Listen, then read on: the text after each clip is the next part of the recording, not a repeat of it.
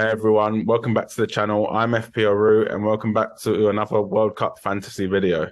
We'll start off with what I'm wearing. So I'm wearing the England 1996 away Euros top.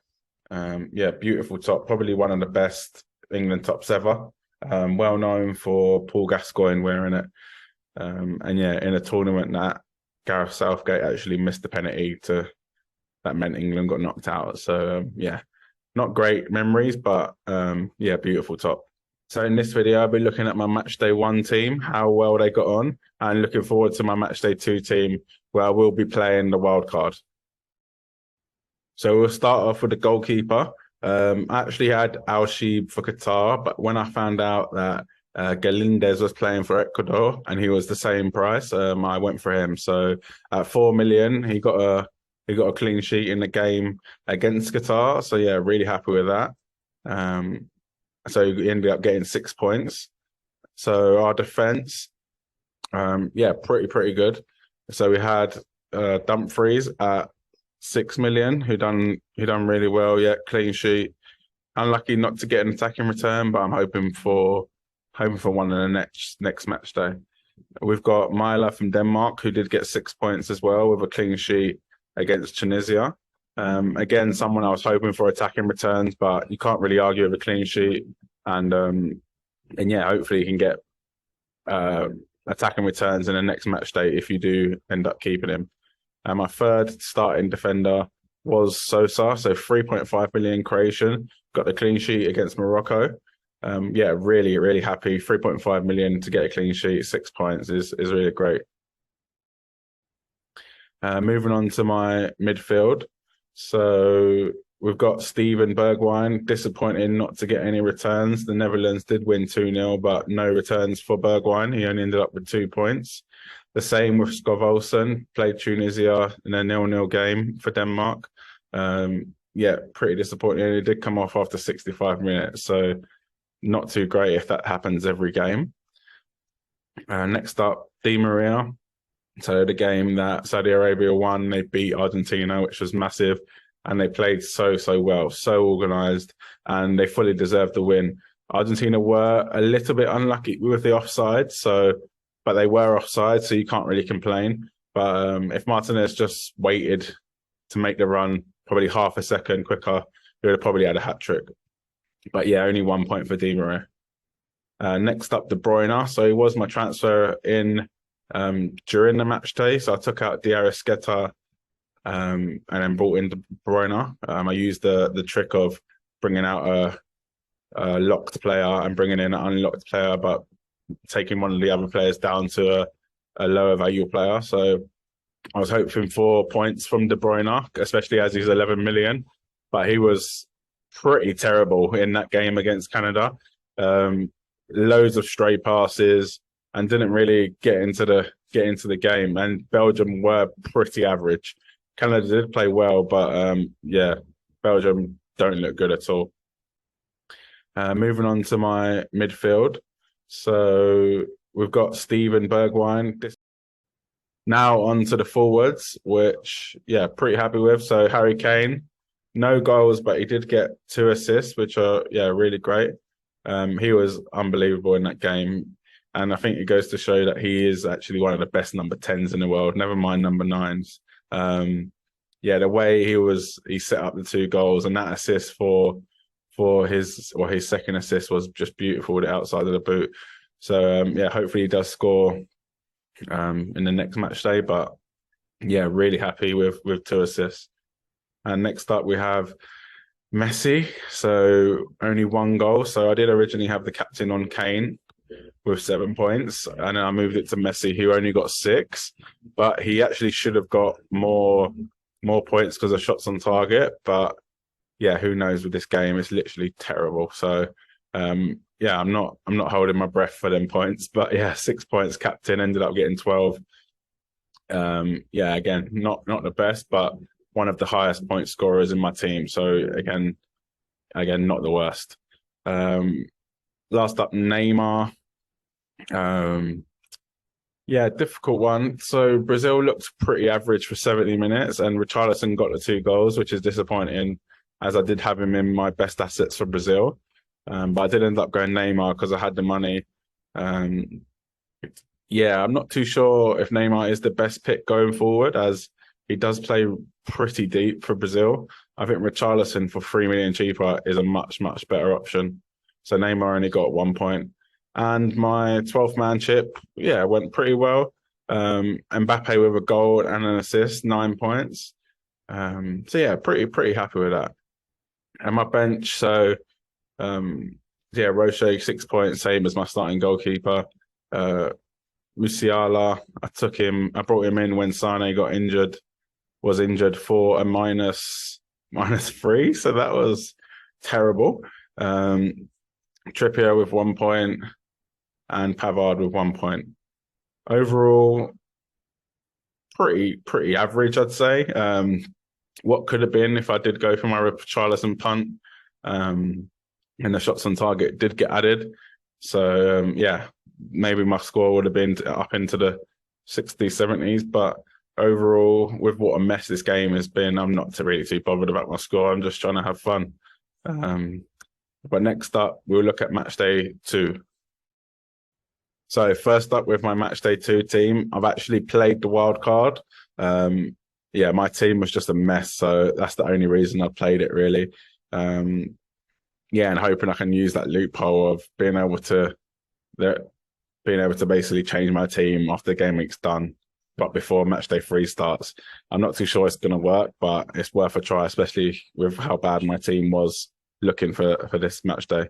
So we'll start off in goal, 4 million Tunisian goalkeeper called Darman. He did get a clean sheet against Denmark last time out with 2 save points, and he does play Australia, who did get a goal against France, but yeah, I fancy that game to be low scoring. And for 4 million, I feel he's got a good chance of getting a clean sheet. So next up, the defence. We've kept Dumfries, Netherlands. So at 6 million, I think he's a great option. He does play Ecuador, which should be a tougher game than Senegal, especially after Ecuador's win in the last match day. He got a clean sheet, but I'm hoping for attacking returns this time round. I've actually kept Trippier as well. No returns or clean sheets for the last game against Iran, but against the USA, I think it will be a tighter game than the Iran game. So I have England winning by 1 or 2 goals. And yeah, I don't fancy the USA to score. So hopefully Trippier can chip in with an assist or a free kick would be great. Next up, 4 million Senegal defender, so Sabali.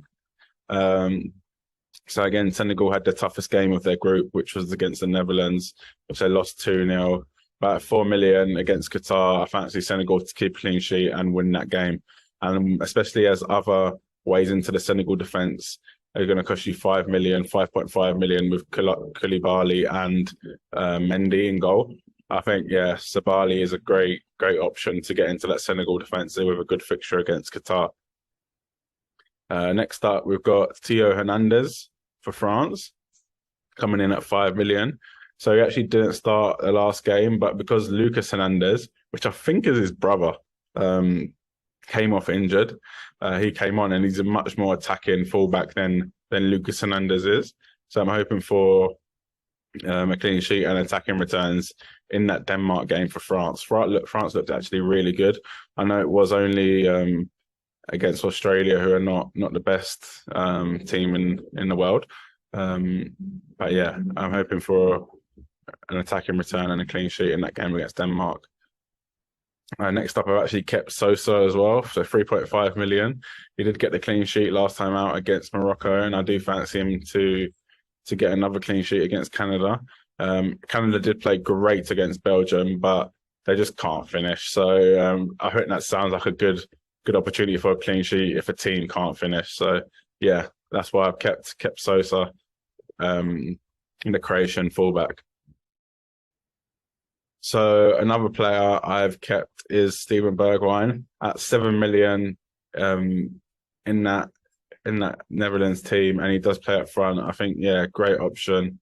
He didn't do much last time out, but playing Ecuador, I'm hoping he can do a little bit better. And at 7 million, I don't think you can play him for someone that is playing up front but is listed as a midfielder.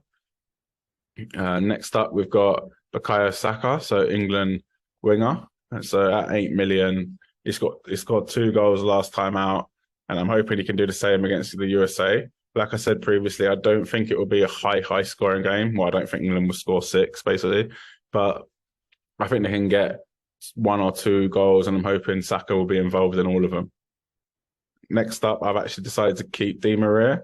So again, at 8.5 million, there's no one else I kind of fancy for that price point, especially as Spain are playing Germany, Portugal are playing Uruguay, France, Denmark, and I've already got a couple French players. I don't think there's another obvious option. So yeah, they are playing Mexico, and it's a must-win game. I think if they don't win, they're out. So everyone's favourites, or one of their favourites pre-tournament, I think Argentina have to turn it on. Well, otherwise they're out of the tournament. So yeah, hoping Di Maria can be part of that. And on the bench from midfielders, we've got Tadic for Serbia. So at 8 million. Serbia lost to Brazil in the first game round, but they do play Cameroon, who's likely to be the weakest team in that group. And especially, so Mitrovic does play, so I'm hoping Tadic, who plays behind him, can feed him and get assists. And Serbia didn't look too bad for the first 70 minutes yesterday. It was only until the 70th-ish minute that Brazil kind of got them 2 goals. Pre that, they were looking pretty good, Serbia. And we also got De Bruyne on the bench, which is, well, basically, if there was another option, I probably wouldn't be having De Bruyne, but we're lacking for premium midfielders. And I feel a game against Morocco could be good for Belgium if they do decide to turn up this time round.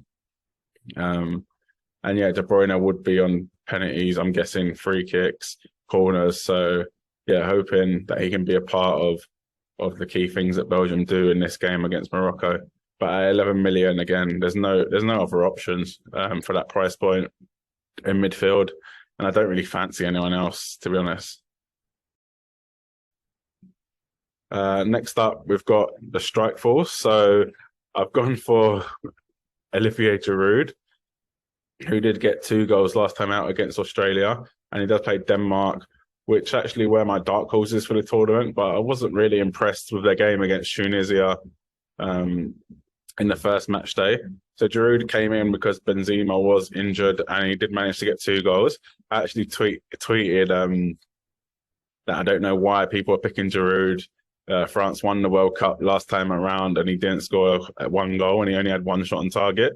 But well, he shut me up, so I'm going to be bringing him in my team. And for 77.5 million, it's a great way to get into that France attack and not pay the Mbappe prices. So yeah, Giroud is a good option for me. Next up, we've got Messi, who does play Mexico. He did get a goal last time round and should have got a shot on target if they ever decide to add them points. Yeah, again, like I said with Di Maria, it's a must-win game for Argentina, and I'm hoping Messi can turn up and they can turn it on and yeah, get the points that they need. He will be my first captain, and that will go on to my bench striker, who is Richarlison at 7.5 million for Brazil, who will be playing Switzerland. So he did bag 2 goals against Serbia, and yeah, kind of the second goal was a beauty, and his first goal was a tap in, right place, right time. So yeah, 2 positive kind of outcomes: a worldie and a tap in is what you want from your striker. And at 3 million cheaper than Neymar, I think is a great option, and he will be my second captain if Messi does fail. And I am tipping Richarlison for the Golden Boot. I've said that before the tournament.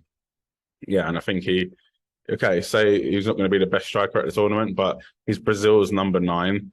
And sometimes you just need people to put the ball in the back of the net. You don't need them to go and beat 5 players to score, or you don't need them to be this creative wizard or yeah. But Neymar, Rafinha, Vinny Jr. will be putting things on a plate for him, and I trust him to finish them. Well, that was it for my Matchday 1 review and my Matchday 2 preview, team selection. with the wildcard active.